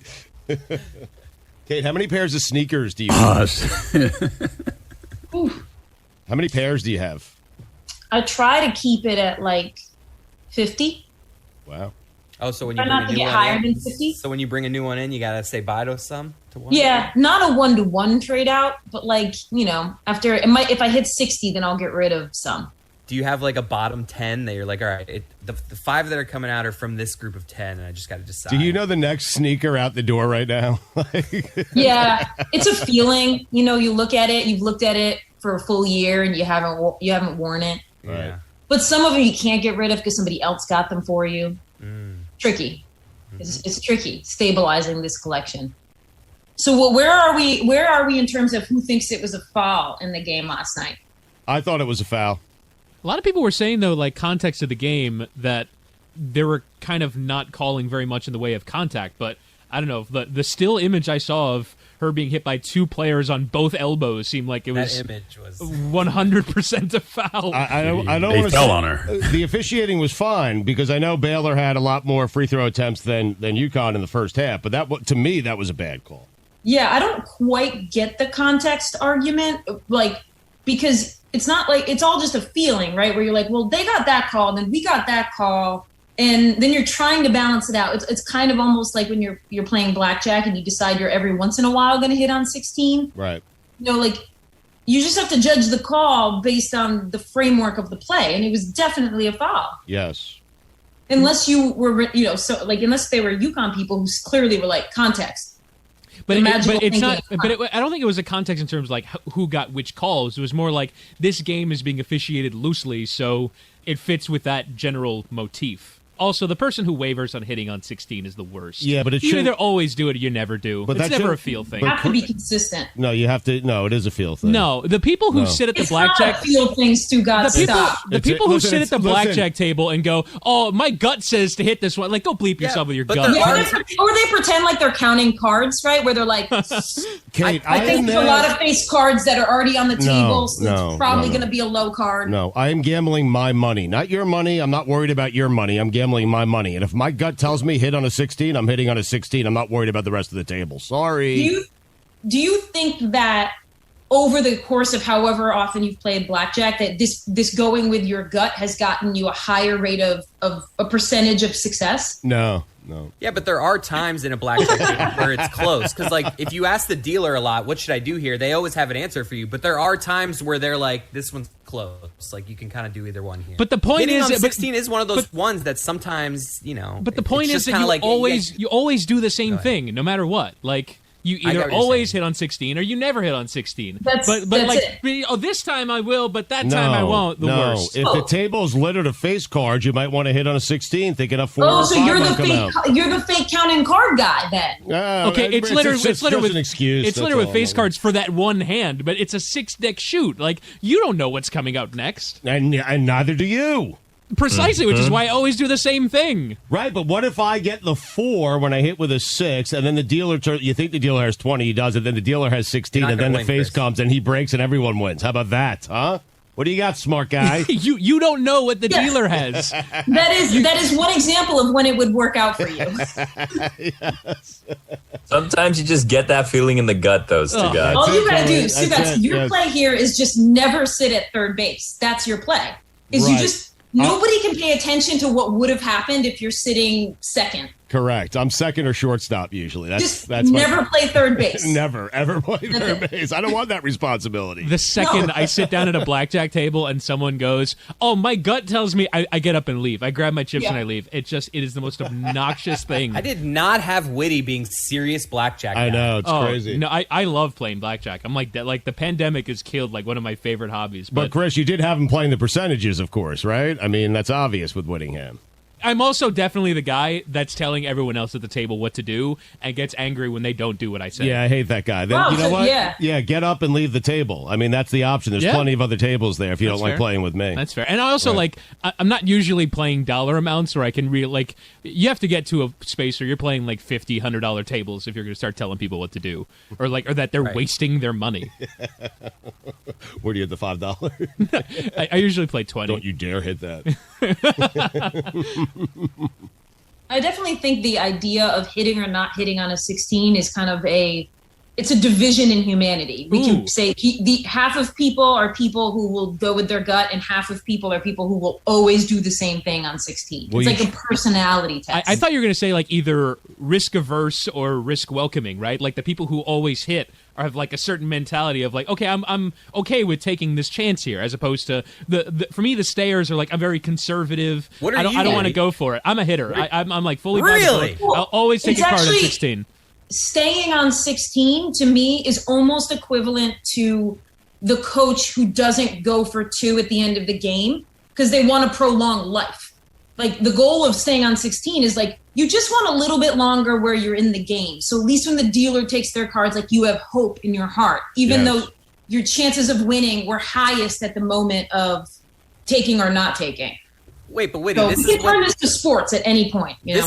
this is when they're showing a 10 or a 9, right? Like you don't. No, if I'm it's not a hitting. 7. I'm not hitting 16 Yeah, against yeah, a yeah. 6. No. I just want to make sure. I'm Wait, I just. No, I'm Yeah. I'm taking a card on 16 against a 7. Oh, I've hit a 16 against the 6. I always do it. 16 against the 6. I'm that guy. I'm taking a card. 16 against. No, 16 against a 7. 16 against a 6. I mean, How do you feel about what if your 16 is an ace-5 combo? How do you feel about that? it's soft 16. Right. You're always taking Okay. a card. Yeah. Okay. If the dealer is showing a 6, I'm probably doubling.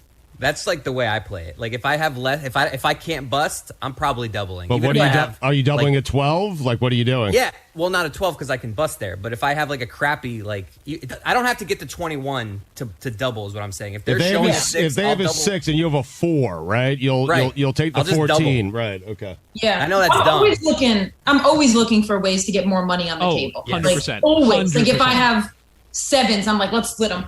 Let's go. Let's split them. Always rooting for 11. Yeah, Whatever my first card is, give me 11. I remember the first. I think I doubled 7 against a 6 once, and the dealer was like, "What are you doing?" But I was like, "No, I'm taking every chance to double against a 6." Because that one you're not screwing people over because like most times you're just going to take one card. Right. You know. But Chris, if you want more money on the table, you could bypass the $5 table. Well, that's just a minimum.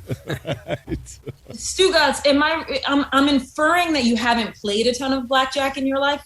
No, I have. I mean, You have. yeah. No, Why? no. What you're inferring is that Stu Why? Gotz does not really believe in math very much. Yes, I believe in gut. I mean, that's it. I believe in feeling, Kate, okay? And if I feel like there's a 5 coming out of there, I'm hitting with a 6. I mean, that's with a 16. That's how I'm doing it. I don't care if the rest of the table is judging me. You just have a table to yourself. I'm a misery to play blackjack with. But when you get a good table of like 6 people that know what they're doing, never energy? get up and leave. It's the best. It's the best. Is it the best? I feel like a good craps table is better than a good blackjack table. You know what? I'm so enamored with blackjack. I've actually never played craps before. Oh, craps is you are great. missing out. You are missing out. I'm intimidated by craps. It seems like I All of a don't sudden, get everyone's it. It hasn't cheering and registered high with me. fiving, and you're looking over like, oh, that looks like a fun table. Yeah, I can get why it looks intimidating though. There's a lot going on. Yeah. To be There's like a 100. point- It's my favorite table game, and I don't even know like all the possible bets that I Yeah. could have on the board. It's a You lot. lose $100 so fast. Yeah. in craps. Doesn't a craps table just look like a foreign language that's been spread out along Yes. a table? That's what I think. Every time I walk by, I'm like, that's a foreign language. I need to watch like a YouTube on the tutorial table. to get ready for craps. But I feel like I'm missing out, Kate. Like I'm with you. It's confusing. I'm not certain how to play, but there's always a party at that table, and I feel like I'm missing out on the party. You know? Either a party or everyone's miserable. right, or everyone's lost all their money for the night in 10 minutes. Yeah. There's something just about them all standing up, crowded around together that acts. It's got a club vibe. Yeah. Versus blackjack kind of has more of like a steakhouse vibe. Yeah. That's where fair. you're seated. And people always talk anecdotally about the hot craps table being the hot craps like it's really one of the best things in the world. But I've never it is actually the best. experienced There's it. nothing better than a good hot craps table. It's the high. No, but then you It's- run in and you shake it all up, and all of a sudden it's not hot, and everyone's blaming you. No, you're you know? chasing the dragon the entire time. And if you have a hot table on your first craps experience, you're toast forever because you're always toast. chasing Yes. that high. There's nothing worse than being the guy that ruins the hot table. That's what I'm saying. Put it on the poll, Guillermo. Yes, at Lebatard Show. Is there anything worse than being the one who ruined the hot craps table? Chasing the dragon, huh, Mike? What? Yeah, it's like what's that? It's like heroin. What is? Oh, okay. Okay. Yeah, because everyone says Right. the best high you ever get is the first time you do heroin, and that's why people become so addicted to it because they're always chasing how they felt that first time. Do you think there are many people who go in there and the way they feel the first time is what Chris is describing, which is the table's mad at them because they've ruined the hot craps table? Is that the opposite of chasing the dragon? Yes, it's running away from the dragon. It's a little wrong. I just sprint from the table. I go back to my. Yeah. It's usually on a cruise when I'm hitting the craps table. So I just go back to the cabin. Every hot table that I've ever played at just pales in comparison to that first time at the Harrah's in Las Vegas in 2010. Although I found a nice little way to supplement your high, and that's celebrity craps. Whether it's creeping on Julio Jones at the Atlantis. Oh, what a blast. Or watching Virgil, Ted DiBiase's former manager, bust out in New Orleans. That's the new high. That's my new dragon. So I've always thought that the craps table, like the magical craps table, was more of a movie trope than a reality. And so we have numerous people right now, right here, who have said that they have experienced the thrill of a magical craps table. Kate, this is what you have to understand. There have been very few times in your life where you have felt anything at life that feels as good as that craps table, where you're shouting with strangers you wouldn't talk to under other circumstances. You are slapping five and hugging people that you don't like in real life, but now you're on a magical unicorn riding toward the sky. Let me get that hard eight. Let me get that hard eight, baby. And that person hits a hard eight, but he's got ass crack for days, and he doesn't smell particularly good, but he just hit the hard eight, and I was betting a quarter because I went big because the table was hot. And so, yeah, that is something that is dangerous. You seem experienced. Yes, well, because I've never felt such flight of my soul and my heart. I've got a Dan Lebatard crab story that will blow your mind. That. It will never be told. That. I've signed a non-disclosure agreement. The Atlantis? It's an amazing story. Oh, I signed the same disclosure. Yeah, we've got the NDA. I love that he calls it a disclosure because, of course, Stugotz, you would sign the disclosure agreement. I pulled a fast one on you, and I put a disclosure agreement from crossed out the non. Did you guys find you pulled an Ursula Little Mermaid trick on her? So I could tell the story. Do you have back there I want to just see Kate's reaction to Greg Cody's sneakerhead back in my day. This is directed right at you, Kate. You will have the last word after we play an old back in my day where Greg Cody rails against sneakerheads. And now, it is time to take a trip down memory lane. Here's your guy, Greg Cody, with Back in My Day. Shoes. So I get an online alert I didn't ask for over the weekend. Might have been an ad or something. Popped up like an official announcement or bulletin. Said, Nike Air Griffey Max 1 Freshwater. Available Monday, 10 a.m. Eastern. What the hell? I Googled it to find out it's some sort of a new but retro sneaker.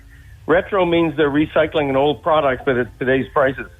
I got a kick out of the precise announcement of the minute it would go on sale, as if thousands of people were queued up in a digital line to be the first on their block to buy the new old sneaker. They are. Which sadly, undoubtedly, was true. When did the once lowly sneaker become the trendy superstar behind a red velvet rope as adoring fans swooned, holding up fistfuls of dollars to throw at the preening shoe?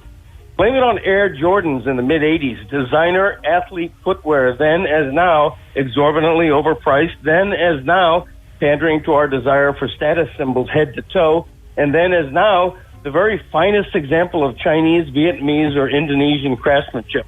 Women always used to get the sexist rap for being shoeaholics, for having dozens of shoes even though you can only wear one pair at a time. It's men too, of course. My wife has a lawyer friend who has not a walk-in closet devoted exclusively to dress shoes, but a guest bedroom. I swear it. You know how many shoes Greg Cody has and wears in a given year? 3. A pair of stuffed up black dress shoes. Not 3 pair pairs. Of sneakers whose brand I couldn't even tell you. And a pair of Sperry topsider deck shoes I live in and wish to be buried or cremated in. My wife's choice. But it's trendy sneakers that have become the status, routinely priced at $170 or much more.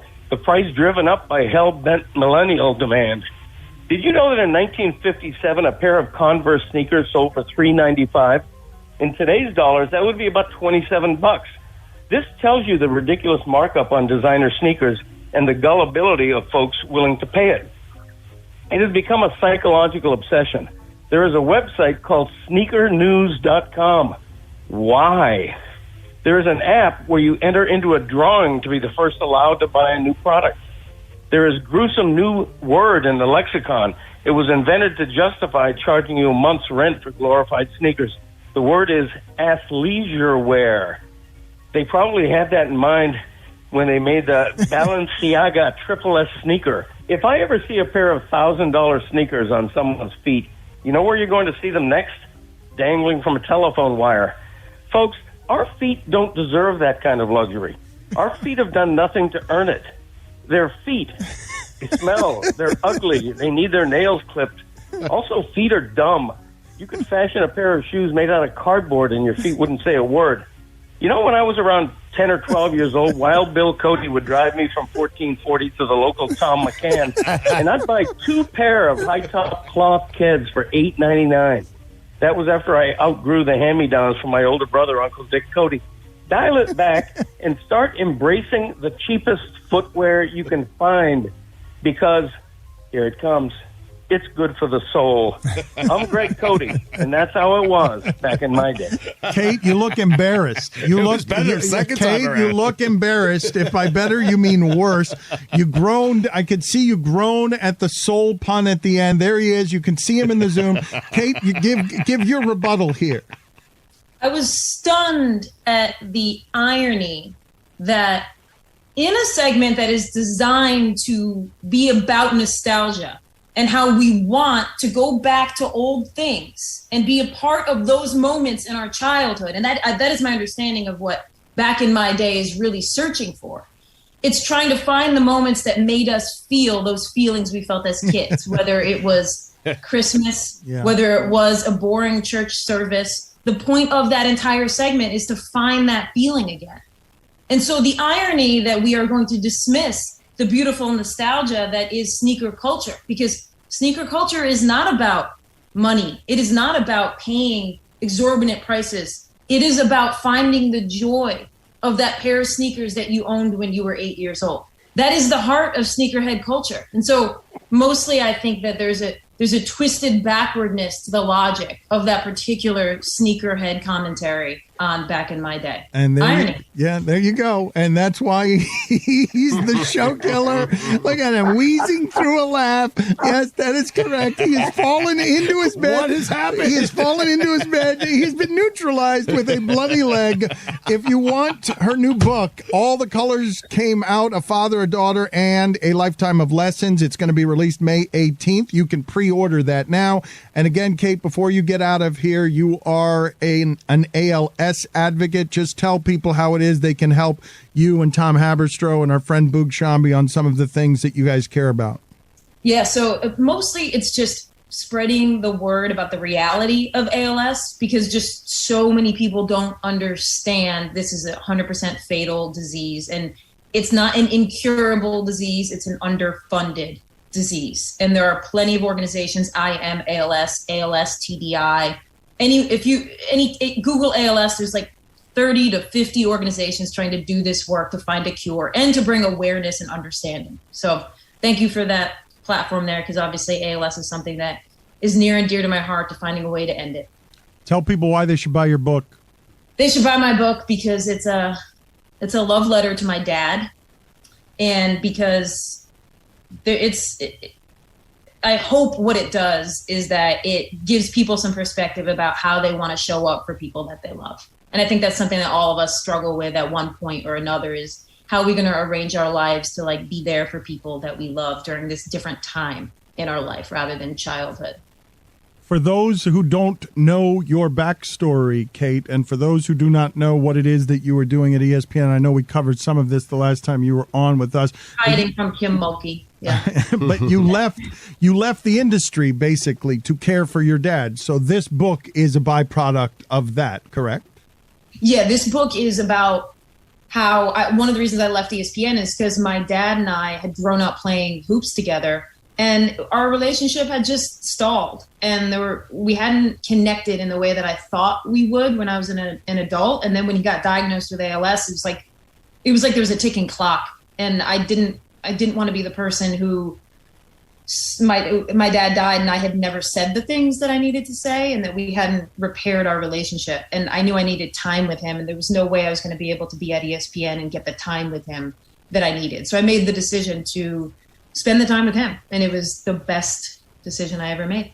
May 18th, all the colors came out, A Father, a Daughter, and a Lifetime of Lessons. You can pre-order that now. Thank you, Kate, for being on with us.